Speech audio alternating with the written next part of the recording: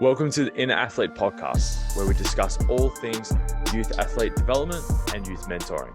You look after a lot of placement students through Swinburne, and we have the privilege of having 4 of them here, and they've definitely got their backgrounds are quite interesting in terms of quite diverse. I know a lot of students that do sports science because they love sport. In a nutshell, they love to be able to coach and help people in that sense. But what do you see the kind of the key areas for a lot of students that are coming out of these degrees, whether it's through you or whether it's through Deakin, VU, ACU, Ballarat? I don't know. There's dozens of them around, dozens of these sports science degrees out there at the moment. Look, there are a lot. I think we've also got to be not wary, but say a student does a 3-year degree in exercise and sports science. There's also all these other little certificates and things out there, and I think it's something that students, S&C coaches have to be a little bit wary of and look at how's that going to help them. I think with universities and courses, I guess they're quite heavily, and for good reason, because it's much easier to measure, much more knowledge-based driven. So students should finish with at the end of 3 years with a level of required knowledge and competency. The one thing that I sort of see repeatedly, and it's something that we do work hard on and we try and integrate in everything that we do, and that is the interpersonal skills. And most professionals that I meet would say that they're looking for a student graduate who is able to communicate with people, who's able to work with people, because like it or not, in our industry, we are working with people. So we have to engage with people and so on. So for me, it's those interpersonal skills that become, I think, more vital than the knowledge-based skills. Let's say, for example, if I lined up 10 graduates right in front of you, there's probably an assumption, okay, well, they've all graduated, they've all finished 3 years, so they've all got a knowledge of biomechanics, the FIT VP principle, skill acquisition and so on. However, I'm pretty sure you'd probably take the one who can communicate really well over the one who might have brilliant knowledge but the inability to communicate. So I think what a lot of courses probably don't do enough of, and it is challenging, there's no easy answer to it, is that development of the interpersonal skills. Some students have it naturally, whether that's through an upbringing, the way that they've, family, and the way they've played with family and so forth, and others really struggle with that interpersonal element of it. I think that's a real key to succeeding in the industry as well. And as I said, courses, we somehow need to find a way to focus more heavily on those interpersonal skills, and how do people with low level of interpersonal skills develop those. And it's not easy to measure other than subjective or quantifiable scales. For me, when I'm looking for interns or staff or something like that, I tend to look at the end of the day, everyone's got like a sports science degree or who's worked it already. So that's kind of like a given. Like you said, it's the interpersonal skills. What I tend to see is those who have worked in some sort of like sales or retail background where they're front facing, like a B2C business or something like that. That's when you can kind of test them to see how good they are in front of people when it comes to like selling. Because eventually, essentially every time a member comes in, you're training them, you're essentially selling yourself for them to continue on with you. It's just sales just sales in the PT or the fitness and strength and conditioning industry 101. So so I used to work at New Balance, just down the road here. And I worked there for a couple of years, and you're learning, trying to ask questions. All right, what do you need the shoes for? Have you worn New Balance before? What if you have? Okay, what models have you worn in the past? How did you find those? And you're just basically problem solving the whole time. And that's what we do essentially. We are problem solvers. They come in to us with a problem, and we're asking enough questions in order to help find them the appropriate solution out of their problem. Sure. That's pretty much it in a nutshell. and I think I was able to kind of like sharpen my tools. And I've done jobs, you know, delivering medicine to the elderly. I worked at, you know, Blockbuster Video, RIP Blockbuster. And then you get people coming in and they're like, oh, you know, what would be a good movie to watch? I'm like, oh, if you watch whatever it is, it's like, it's got this and this and this. Or what do you feel like, a comedy or something funny or scary? And you just ask questions. I think that I kind of naturally did that over time because the job really required it, because you're trying to sell at the end of the day in order to try and keep your job. New Balance was quite easy. Even when I worked at like Best and Less or something like that, someone comes to you with a question. It's like, oh, where can I find this, this, and this? And I'm like, oh, just over here. Let me show you. So on and so forth. Then ideally they come back in again as well, because if they're making money, you're making money. That's all good. I think like you alluded to it becomes client centric. In other words, we should be interested in what they want and learn a bit about them before we can prescribe anything or sell them anything or whatever. And it's a good point you make, because I think on a CV that a student has, you know, to have that broad range of skills, and a lot of the interpersonal skills are very much interchangeable from one position to the next. Another one I like to see is have they done any coaching experience? So have they coached juniors or something like that as well? That's actually a green flag. So retail experience, and also coaching juniors, because their ability to communicate with the kids but also with the parents, which you know, essentially they're the ones paying for them to be here. So when they can do that, or they've been there for a couple of years, they've had some success, some championships, whatever it may be, and it's like, all right, this person will be pretty good working with some of our younger athletes. May have to just modify how they work with older athletes, might have to troubleshoot them through that, who are more Gen Pop based, but they're going to be an easy transition of molding. Then another one, I think it was Matt. He did some volunteer work, I think with an organisation as well. And when you see these things on a CV, or for me in particular, then it's like, all right, this person, you can kind of, they got the bricks and mortar. We just need to kind of shift things around in order to make them fit within this facility. For someone who's just kind of worked, maybe it might have been just like a corporate job or something like that. It's literally you just turn up, deliver the program, and you leave. With a small business like this, it's like we do rely on those human interactions and connections that you make, because they're the members coming in. They're paying you indirectly at the end of the day. So if you can't, deliver on outcomes, then you're not going to have a job, essentially. Yeah, that's right. And back to that point, it's something that we always recommend that the students do. I mean, they do so much learning at the university, but things like schools are always wanting sport coaches, and so we're often advertising for them to go and you can pick up a nice $30 an hour, $35 an hour even, while you're developing your skills, working with children and so on.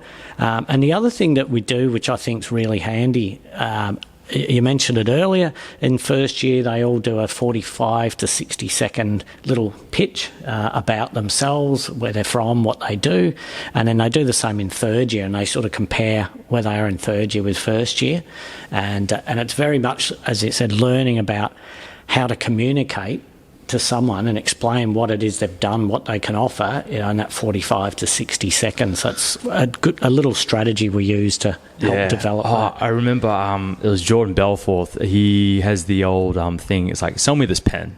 Yeah. And then this guy goes up, he's really awkward about it.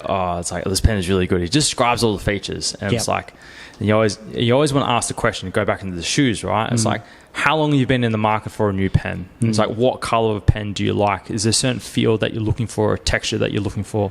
Don't I have the pen for you? Try it. You basically just relay what they've said. No, it's $25. Solved. Done. Solves his problem. What he was after. Because then you've described his problem, but you've provided the solution in that sense. And that's basically what we do. And I get people asking, strength and conditioning. I'm a strength coach. And I was like, oh, what's that? think of it is as I get people coming in, I find out what their problems are, whether it's physiological, performance-based, they want to get times, national teams, whatever it may be. And my job is to understand what their limitations are and to correct those limitations and to measure that and get them performing at their best so they can tick off those boxes. Yeah, for sure. And then when you explain it like that, it's like, oh, that's pretty simple. Rather than explain it as like, oh, I'm just a PT and like, well, personal trainers could, you know, we know what a personal trainer is, but what do they actually do? Yeah. And what's like, describe the job a little bit more detail. And because the way that we have our business set up, so everyone comes in, has a consultation. And the consultation will probably go for like 45 minutes. And it's quite extensive. Yep. And it's more understanding why are they here? There's always got to be like, what do they want to fix, or what do they want to achieve? Okay, what have you done in the past? Or how have you tried to achieve that, and why? Then what and how committed are you to doing or following the process, or actually making those changes? Yep. Then we just walk them through. We have like a 5-step process that we actually go through as well. Everything from the assessment process. Our assessment's pretty comprehensive. It's more just assess. So if we get members coming in injured, okay, say if it's an ankle injury or history of ankle issues, we'll actually go through our normal battery of tests. Then we may get them to do other tests as well to find out how much of a deficiency it actually is as well. From there, then we can actually write up their program. And then from there, like 6 to 8 weeks later, we'll retest them to actually see from what we've measured previously to where they are now. Then we every week, because most competitions are weekly, except for like swimming and track and field that tend to be more seasonal, is we ask them, it's like, how are you feeling, or you know, what's your performance been like? And it's, you know, some of the changes, you know, we make really quickly, they've been pretty remarkable. Like one of the girls, I think after 6 weeks of training, she ended up putting up 30 points in basketball, and she's loving it. Yeah. So for us, it's like when you understand the person. Number one, we understand where they're coming from, so understand their problem, understand that you actually have a solution as well that you can provide them, then you're going to have easy justification for all the exercises, especially when you get members coming in and there's like, oh, why am I doing this specific exercise? Oh, it's boring. And it's like, look, at the end of the day, every time you do, like it might be a squat with a plate press, I'm like, all right, we're trying to groove the squat pattern, which is going to help prepare you for when you do like a landmine squat or a Zercher squat or something like that. It's like, okay, all right, that makes sense. And plus that you've been sitting down for 6 hours a day. Like, well, we need to gradually build up the intensity of the session. We can't just get you under the bar straight away. So then it's like, okay, cool, that makes sense. Because then your justifications of why you're prescribing certain things is just so much easier.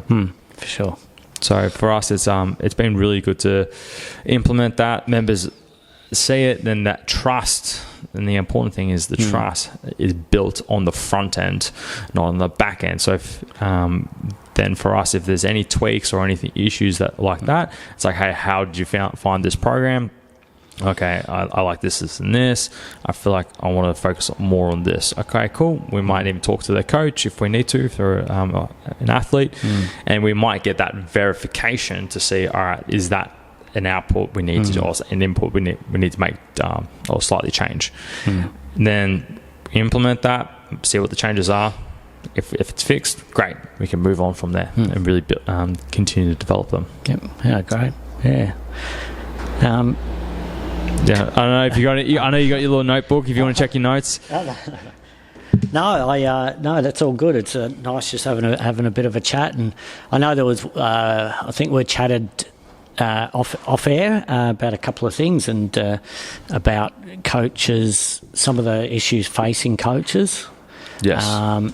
And I think coach burnout was something we discussed. And yeah, I guess because I'm in the thick of it at the moment, you've kind of gone through that as well. I guess it might have been different back in the mid 2000s, where it was just a new industry popping up. It was kind of bright and shiny. It's like, oh, this is great. See where we can go. Yeah. Now it's like it's a bit of becoming more of a mainstay. But I definitely see a lot of interns coming in and they want to try and not conquer the world, but they want to get as much out of it as they can while studying at the same time, even working a part-time job as well.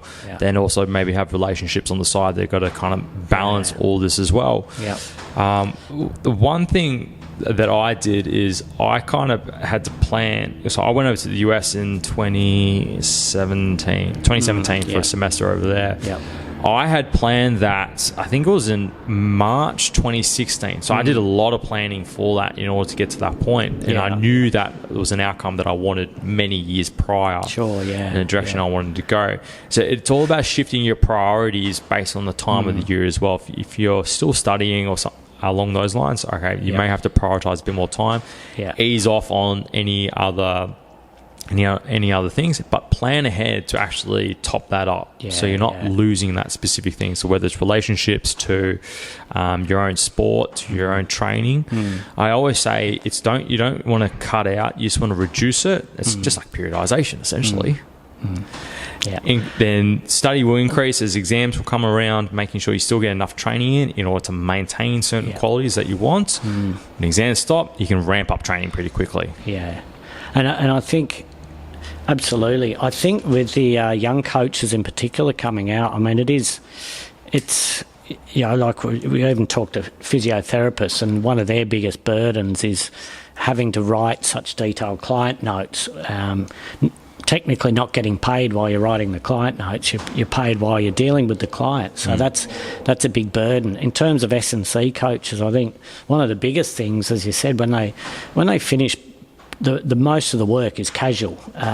So it's, okay, we'll work 60 hours or 70 hours or work across 3 different jobs. It's not uncommon, as you'll attest to, like to be starting at 6 a.m, so you might have to get up at 5 or even earlier, depending on where you're travelling from. Working early morning shifts across the whole week. We forget the importance of sleep at times. I think we all know the importance of sleep in terms of the research, yet in this industry we're probably one of the most sleep-deprived people in terms of S&C. And like you said, going back to even in the mid-2000s, early 2000s, there were lots of burnout, predominantly because of that more is better approach. And so working in the AFL at the time, you had one day off, but on that day off you're still preparing training for the next day, so there was never really a day off. But I do see burnout as a pretty big issue, particularly as you said, if people can't find that work-life balance and they're doing work predominantly for the sake of earning money. So it's more hours. Most of the hours are sort of early mornings or perhaps later in the evening. And before they know it, 4 hours in the morning, 4 hours in the evening, just about every day, plus Saturday and potentially Sunday work as well. It just leads to that imbalance of seeing family, friends. And ultimately that was my main reason for getting out of elite sport. I wanted to see my friends and family again. So, I think from my perspective, I think from a younger coach, I let's just say I was finishing out with my degree. I was also doing placement. I was working with Frankston Dolphins at the time, and I was also working as a PT. Right, so I had to kind of balance a lot of things at once. Now, I think it's one of those things, you have to work hard before you can start to work smart. A lot of people want to work smart before they work hard. So I think you got to know where your boundaries do lie in that sense. And I think for me at that point, I was just like, if this is what I want to do, I'm gonna fight everyone else for it. It's like it's inadvertently it's a competition against your peers, essentially, if you want to get into the industry. So I think it's from that perspective. But I think then you become a lot more appreciative of how many hours that you do have within the day as well. In terms, the coaches burnout. I definitely do see it becoming more of an issue. Like people who are quite good do end up leaving the industry as well, and that's when having like a system is actually going to be more important moving forward as well. So whether it is that you you may have to talk to say if you're working at a club at like a semi-professional level, you may have to have some sort of meeting beforehand or monthly meeting to actually plan what the sessions are going to be. So you have to do a lot more like forward thinking. At the moment, I'm listening to 7 Habits of Highly Effective People, and they actually talk about this, right? You want to spend a lot of time in what they call is like quadrant 2. Quadrant 2 is kind of like the non-urgent but really important stuff that's going to help prevent a lot of the non-important urgent stuff popping up. So all like putting out fires. So I guess for a lot of the younger coaches is trying to get a head start or have a plan of what you're going to do for them each month at a time. I know, like for our business, we do weekly meetings with our coaches. I do a week. My mum's the operations manager, so I have a weekly meeting with her. Then every quarter we have a meeting as a team as well, and actually seeing what we're going to do moving forward. So then the day-to-day actions, you don't have to think too much. It's more about execution of that. Whilst a lot of the time, I think when it comes to strength and conditioning, is a lot of the planning. Planning takes up a lot of time, and it's the execution is very short. So it's like you can spend up to 80% of your time just planning, with 20% of your time actually executing the actual plan. And then when I've worked with, I guess, other elite level programs, you turn up, you'd have a plan, and then you turn up, and they're just like, oh, we're doing this. I'm like, oh, great, we're going to throw this out the window. We're going to do something else to counteract what's going on. And I'm just like, oh, what do I do? And we're just fighting a losing battle. So my advice would be to do a lot of front end planning, and maybe having a half day planning session with the coaches every month or before the season starts. Actually map out what days that you want to push hard, what days you want to ease off, what games or competitions are actually really important to push for. The luxury side for us is we get to talk to our athletes on twice weekly or 3 times a week. So we get a lot of information coming in, so we can just make minor adjustments on the fly if we need to. But a lot of people that are working with the club space won't have that. And then obviously the communication with the coaches, that's another story for another day. So that would be my advice, is to be a lot more front-ended and with your planning. Even when you implement just a plan, whether you use Google Calendar or you plan, then on the Sunday you can just plan for the week, and then you just make minor adjustments as you need to based on what's happening, and then push things to the side that aren't important as well. So you're really prioritizing what is actually important and what needs to be done. Anything that's not important needs to be pushed to another day or another week or another month or whatever it may be as well. So that would be my advice, and it does take a lot of discipline to do that. I get caught out from time to time on that stuff as well. I might have to be like, oh shit, I've got 5 emails I've got to get back to today, I've got to update these programs, blah, blah, blah. Like that's all just the short term stuff, but I need to make sure that I'm still planning. I'm doing I spend the time planning on the front end, so I'm not planning midway through when I should be executing on a lot of stuff.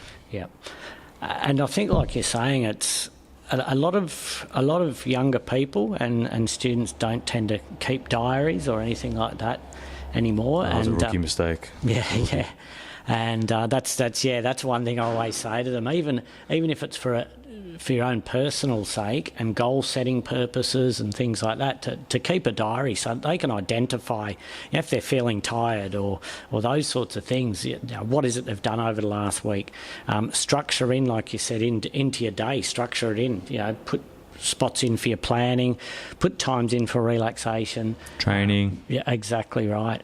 And it's interesting, I do a survey with the students at the start of every year, and there's sort of 10 questions what they feel their strengths and weaknesses are, and one of the ones that comes out that they say is a weakness, and I'll go on this year's results for the first year, and there was just under 50% said they had good organisational skills.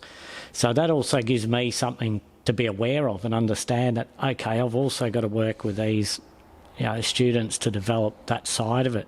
And I'll do the survey again with them in third year to see if it doesn't mean their organisational skills the perceptions might have changed. Exactly, and at least then they're aware of the importance of it as well. And we do a lot of work on goal setting, whether it's formal or informal, like you're saying.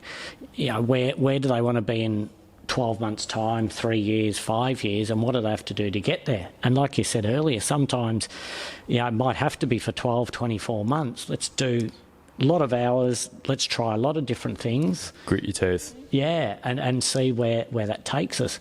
And until we've got that luxury of being able to say, okay, after 5 years, I can now pick and choose a little bit, and I can go down this path. And I think there's absolutely nothing wrong with doing that, particularly when you're younger and got lots of energy and and just cut out your weekends and just just work. Yeah. I would say it's also got to do with market value. Now, I like to use economics because I think economics is applicable to anyone, right? I've been in this industry for about 9, coming on 10 years. This would be my 10th year in the industry, so I've been in it for a long time. The difference is though, when I'm at the point where, like, I'm working with a lot of like high level swimmers, and their coaches are the ones coming to me. It's like, all right, we want you to be able to run this program. Rather than me reach out, hey, do you want to run a program for your swimmers? I'm like, you've shown no value, so it means your value within the industry is quite low. Doesn't mean that your value as an individual is low. I'm just saying your value as a strength and conditioning coach is low. You need to continue to build that. And one of the easiest ways that I've noticed is, and I just inadvertently did this, I just did as many placements as I could. I developed as many networks as I could, and I've actually kept a lot of those relationships going, because now I'm at the point where I can run. At the moment, I'm running a program with junior football players. Every fortnight we do. It's half skills, half like running tech, change of direction, plyometrics, and all that jazz. And then last year we ran the same program and we had 60 kids turn up. And it's a big program for 2 coaches. Is huge, right? Because we've proven and created value in the market, right? And then parents and kids, and we're like, oh, I want to be a part of that, right? You have to show your value. Now, you can do that either through social media or networking or whatever it may be, but I always believe that networking is more important, even though social media is a form of networking. Doing it face to face, showing your value. Like recently, I went to age states for the swimmers for long course, and then just showing up for the swimmers, having a chat with the parents, knowing who the key stakeholders are, and then that you're showing up for their kids as well. And it's like I don't know many coaches that do that these days. It's just not really a thing. That I had planned to do it, and then it was a networking opportunity to meet these parents, meet the other kids, and then you become more familiar on how the sports work. And how these clubs work, and then as a result, you can start to build relationships. And then when you build the relationships, you can build your value. And then when you build your value, you're going to be potentially presented an opportunity. So for me, it's actually been quite good, because now we're in the position of potentially creating opportunities with various organisations and individuals. So I think that would be the other side, is you have to create your market value, but that is determined by those who have high market value and how they perceive your value. Absolutely. And you mentioned about networking and the importance of that. Just about everyone knows someone else in the industry, and I think basically we met because of someone else introducing us. Thanks, Nathan. That's right, Nathan. And one thing I say to the students, I mean, things like LinkedIn, Twitter are great as an initial point to sort of find out who people are, where they work, and so on. But a strong message that I always say is, contact someone and say, hey, can I catch up with you for a coffee to chat about what you do, or can I come in and see what you do? Can I help out, and those sorts of things? And I think there's no substitute for that face-to-face approach as well. And I say it could be the best $4 or $5. I don't know how much a coffee costs these days. But you also got to think about how much is the time worth. Well, because exactly. I had an experience like that where it was with an organisation where they do a lot of testing for like AFL, not AFL, but at the junior elite level for footy players. And the business owner, like when I actually met him, it was just through one of the testing combine or testing days that they had. And then he kind of knew me because I think we trained at the same gym many moons ago. And like my face is, I guess, in the Bayside of Melbourne. It's very recognisable. Is that a good thing? No.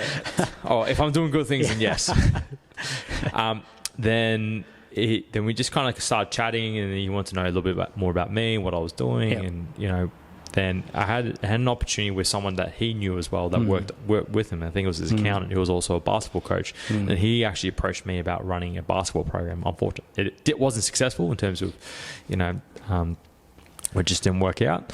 But then I was able to have a meeting with him specifically because he's created businesses from scratch and actually sold them as well. So then I ended up getting like a wealth of knowledge. Had about 2 hours of his time that we had planned and allocated because I guess he saw something in me of what I wanted to create. I guess I must have pitched him inadvertently of what I wanted to do.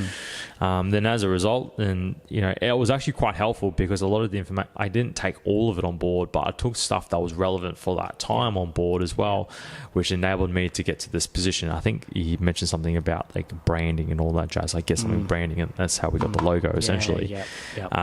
And I was like, I'm going to do it and I'll see how it goes. And then obviously it's stuck this whole time. So obviously it was a very valuable free time for me. Yeah.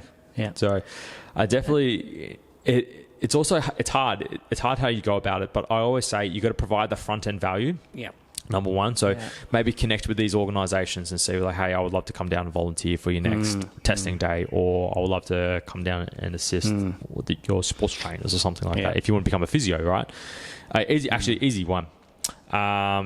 NAB leagues, or I think they've changed now. I can't remember what it's called. I think the NAB league is changing, right? From what I've heard, anyways. Okay. If you approach all these clubs or the sports trainer and find the contacts, whether it's the S&C or the head physio or something like that, hey, I'm an aspiring, physio. I would love to come down and just see what you guys do. I just want to be kind of just a fly on the wall. And, I've done a taping course, for a local football club. And then I've looked up a football club for a year or so. Done a taping course. I'd love to come down and see what you guys do. Just like for 1 hour. It's like, if you don't hear anything, and maybe a couple, like 3 to 5 days time, maybe follow up with them as well. I always say email is better than going through LinkedIn. I think LinkedIn's a bit messy in that sense because most people put up posts and then nothing after that as well. It's just like it's all facade, not facade, but it's all just front end, right? You want to get on the back end. So emailing means you've actually taken the time and the effort. And then always say like, oh, thanks for taking the time to read my email. You always be like courteous about their time. Absolutely, yeah. If you do get a reply, it's like, great, it's cool. Then you always ask them, when are some times that I would be able to come down? Then plan for that, and then make sure that you're there on time, dressed neat and tidy. It's like, hey, I'm flying on the wall. If there's anything that you need assistance with, whether it's filling up water bottles to taping wrists or ankles that you're pretty comfortable with, I'm more than happy to assist. So you can just see the general operation. Then you start to meet other people as well. So meet the other coaches, meet the other physios, and for that, it's a like for like value exchange. That's the important thing, because people will be like, oh, I'd love to get you on board. I'd love to come over and see what you guys do, but you're not providing anything in return. That's right. They're basically giving you time. Their time, but there's no value exchange. So that would be my thing. I have conversations with personal trainers and people doing ASCA level 1 courses and all that jazz. And it's like, hey, we might get chatting. I'm always open to having people come down. That's just my philosophy, and I've been pretty lucky enough to have people who have accepted me to come in and just watch, supervise, and be a part of that. And I think you're right. I think we appreciate the help we've had along the way too, and just about everyone I've met in this industry is always happy to give something back as well, like you're saying. And linking back to what you're saying there about, keeping a diary, what the students need to do to be good S&C coaches and so on.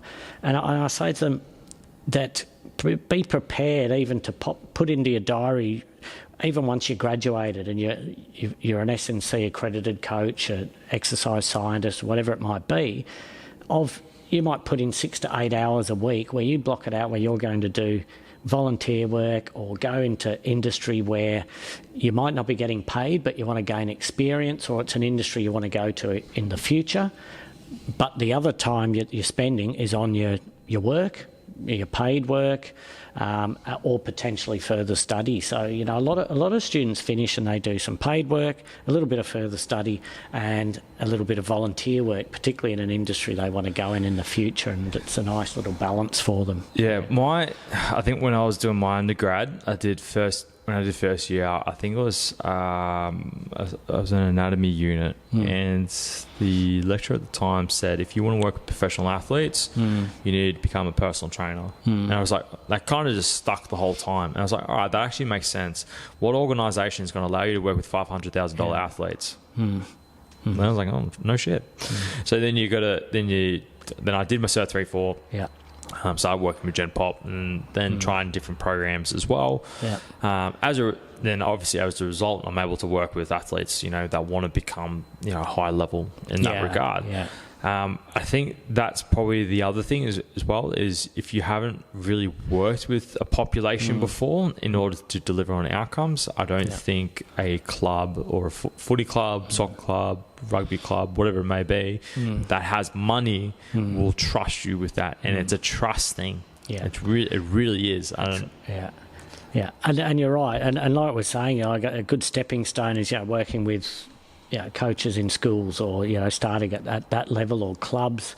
The amount of emails I get weekly from AFL footy clubs, ranging from levels, abilities, up to VFL level, is amazing, wanting sport trainers. There seems to be a real shortage in sport training positions, so I sort of encourage students to do a level 1 or 2 sports trainer. Some industries offer their own, but those little things like getting involved in that, working on Saturdays at a sports club is a good foot in the door as well to like you're saying, those bigger clubs. Like if you look at AFL clubs, I don't think it's pretty rare anyone's got there without having done some work at club level, or come up through VFL, through NAB League, and then into that as well. But I think that's changing a little bit as well. I'm finding that there's not so many students that just have that end goal in mind, that I want to work at an elite sports club. They now understand that there's a lot more opportunity, S&C coaching at other different levels, general population, sporting clubs, those sorts of things. And so I think that's pleasing to see, and that sort of helps that logger jam of everyone wanting to just work at an AFL club as an S&C coach. So I think there's lots of other opportunities in certainly different areas and different levels for sure. Yeah, and I think it goes back to developing your reputation as well, developing your CV. Are you becoming known for that specific thing? If you are, that's great. If you're not, you're going to have to start from essentially the bottom. You're going to have to work your way up. And I did, there's no shame in it, doing a sports trainer course. I did my uni placement at a footy club as a sports trainer. They paid for me to do the certification to become a sports trainer. Then once I did my 140 hours, straight into paid.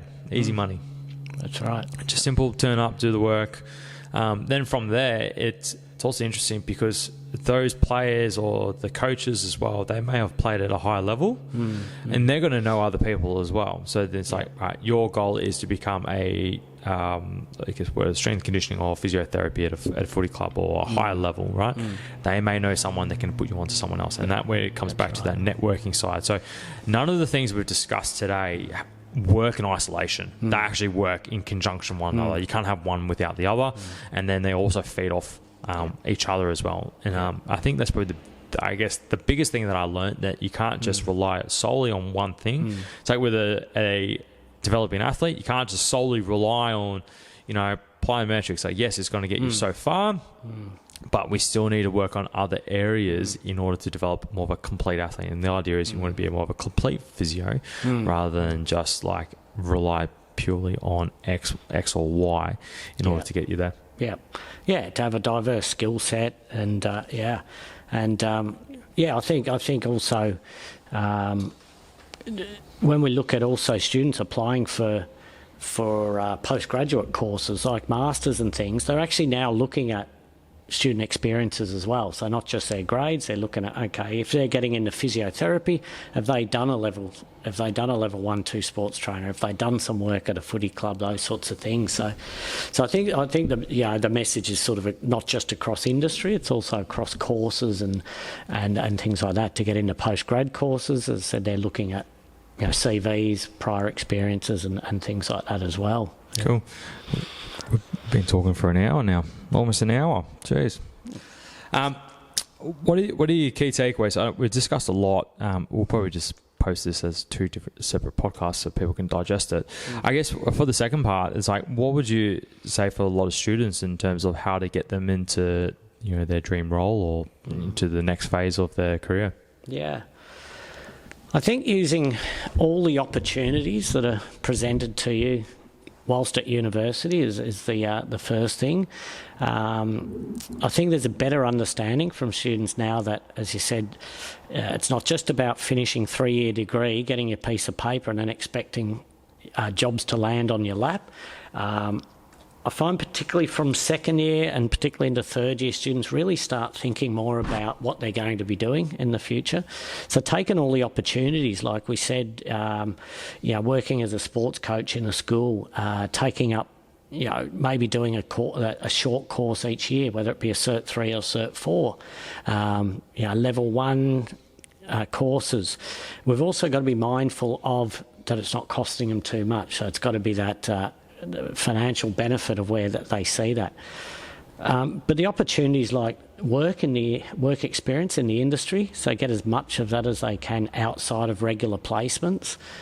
Then in their first year, probably through first, second and third year after graduating, as I said, we all have to make a living. So look at, okay, what do I have to do to make my living, but also what do I need to take on board? What else do I need to do to further develop myself, to get myself into the industry? And that could be, as I said, putting aside X amount of hours a week and devoting that time just to professional development, and whether that be volunteering for a 4-hour shift within an industry, those types of things, and starting to get some really good mentors that they can, take really good advice off, even come in and look at what they do. And then the third thing there is that concept of networking. So that can be done through mentors, through a variety of different places. Once you get to know one person in the industry pretty well, you prove that you're a good person. I think that's everyone's looking for, a good person first and foremost. Do I trust that person?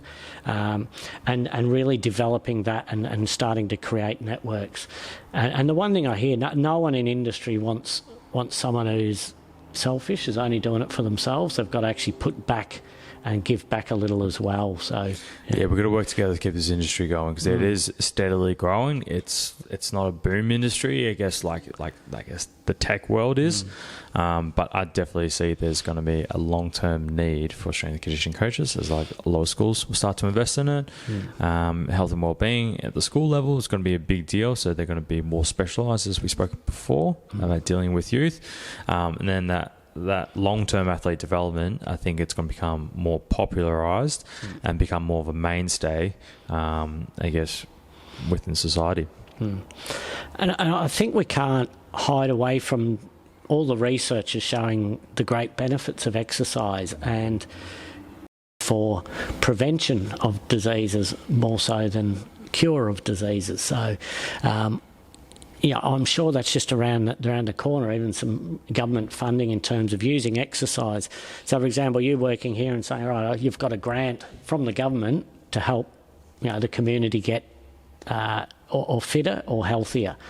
I think, as you said, the industry's certainly not going to get smaller. It's not going to go away because you'll hardly find a research paper that says that exercise is bad for your health.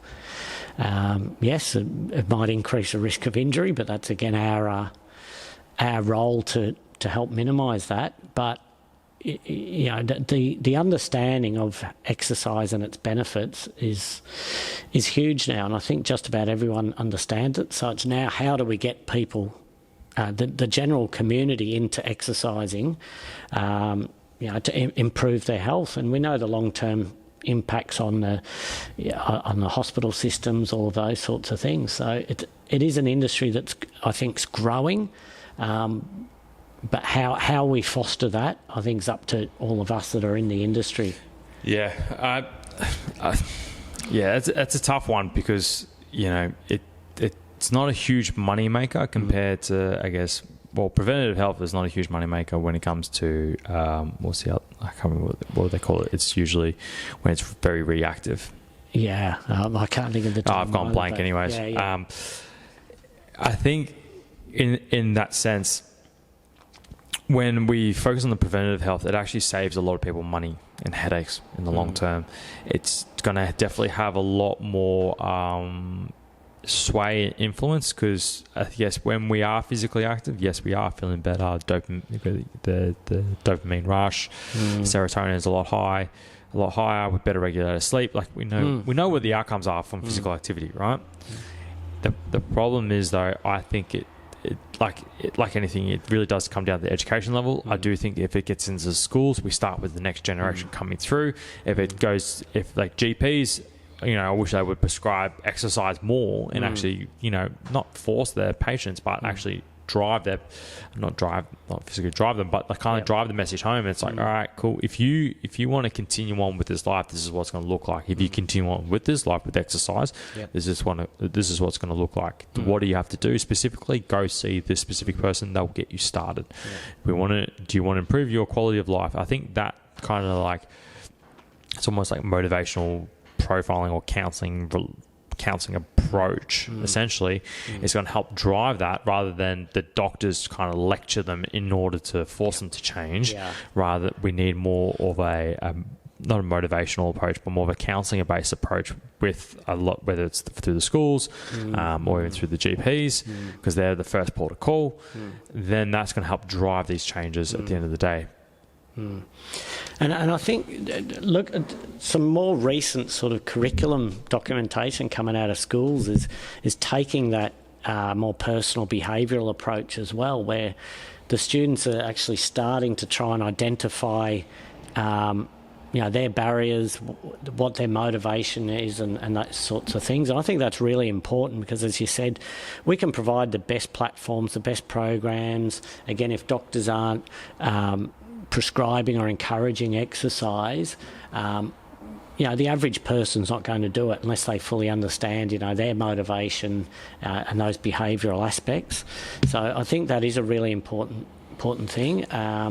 It'd be nice to see a much closer relationship, and I think it's starting now between medical profession and exercise professionals, S&C coaches, exercise scientists, and so on, where that it's almost exercise becomes prescriptive.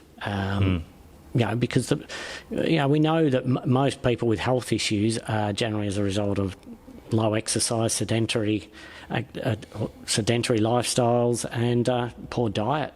So if we get a combination of those three things and the ability to be able to prescribe for those, then we're well on the way to where this industry will really work nice and closely with the medical profession.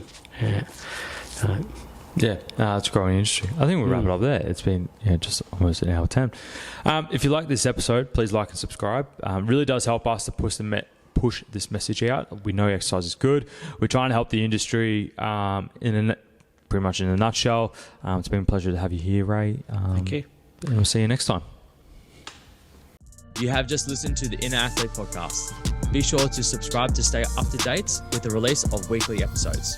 Be sure to follow us on Facebook and Instagram to get great tips on all things youth athlete development and youth mentoring.